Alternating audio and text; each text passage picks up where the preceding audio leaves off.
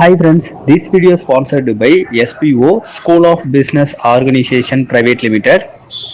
Skip பண்ணாதீங்க, பெரிய தப்பு. தினம் 300 ரூபாய் சம்பாதிக்க அரிய வாய்ப்பு. இன்ஸ்டாகிராம், ஃபேஸ்புக் பயன்படுத்த தெரிந்தால் போதும். Content post and content publishing மூலமா தினம் 300 ரூபாய் சம்பாதிக்கலாம். இந்த வேலை செய்ய 5 நிமிடம் போதும். Work training support, group communication support, all language customer live chat support, முக்கியமா சொந்தமா ஒரு பிசினஸ் ஸ்டார்ட் பண்ற அளவுக்கு உங்களால கற்றுக்கொள்ளவும் முடியும், சம்பாதிக்கவும் முடியும். இந்த வேலை வாய்ப்பு வழங்குவது 5 வருடத்திற்கு மேல ரன் ஆகிட்டு இருக்க நம்ம தமிழ்நாட்டு company school of business organisation private limited. மேலும் விவரங்களுக்கு டிஸ்கிரிப்ஷன்ல கொடுத்திருக்க நம்பருக்கு வாட்ஸ்அப் பண்ணுங்க. ஹலோ ஃப்ரெண்ட்ஸ், நான் இன்னைக்கு 4 மணி ஸ்நாக்ஸ் செய்ய போகிறேன். அதுக்கு தேவையான பொருள்கள் எல்லாம் பார்க்கலாம். தோசை மாவு, கோதுமை மாவு, கடலை மாவு, சின்ன வெங்காயம், பச்சை மிளகாய், சோம்பு, ஜீரகம், மிளகுத்தூள், ஓமம், மஞ்சத்தூள், கருவேப்பிலை. வாங்க வீடியோக்குள்ளே போகலாம். 2 கரண்டி தோசை மாவு எடுத்துக்கலாம். கொஞ்சம் கடலை மாவு போட்டுக்கலாம்.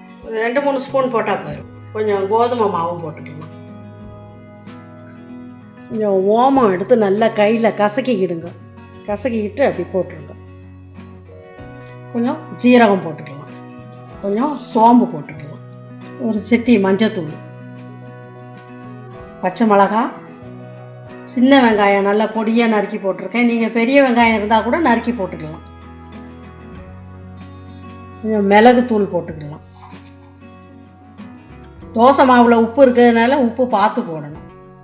இனி இதை நல்லா மிக்ஸ் பண்ணிட்டு செய்யலாம்.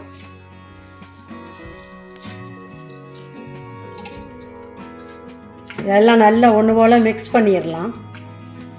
மிக்ஸ் பண்ணிவிட்டு கருவேப்பிலை கூட பொடியாக நறுக்கி போட்டுக்கலாம்.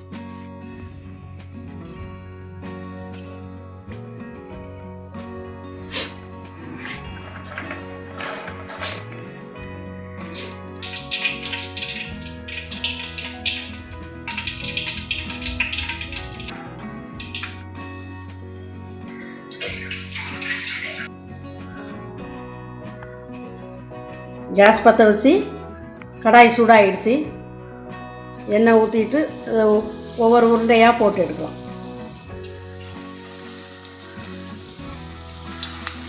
தீ நல்லா கம்மி பண்ணணும், இல்லைன்னா டக்குன்னு கரிஞ்சிரும்.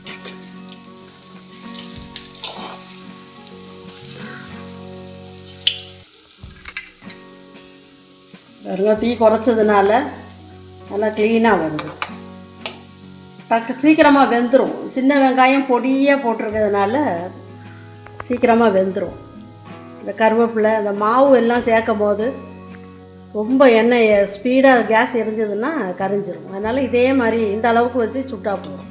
பாக்கி இருக்க மாவை கூட அதே மாதிரி போட்டுடலாம். என்னடா கம்மியாக எண்ணெய் ஊற்றிருக்காங்களேன்னு நினைக்காதீங்க. இதை சுட்டாச்சுன்னா இந்த எண்ணெயை நான் யூஸ் பண்ண மாட்டேன். அதனால் அளவாக எண்ணெய் ஊற்றி செஞ்சுட்டு ஆரோக்கியமாக நம்ம சாப்பிடலாம். எல்லா மாவும் நம்ம சுட்டு எடுத்தாச்சு. கார சட்னி அரைச்சி நல்லெண்ணெய் மேலே ஊற்றி வச்சுருக்கேன். இதை தொட்டு சாப்பிட்லாம். தேங்காய் சட்னி கூட வச்சு சாப்பிட்லாம். நல்லா சூப்பராக இருக்கும். குழந்தைங்களுக்கானாலும் பெரியவங்களுக்கானாலும் ஆரோக்கியமான ஸ்நாக்ஸு. இதே மாதிரி நீங்களும் செஞ்சு சாப்பிடுங்க.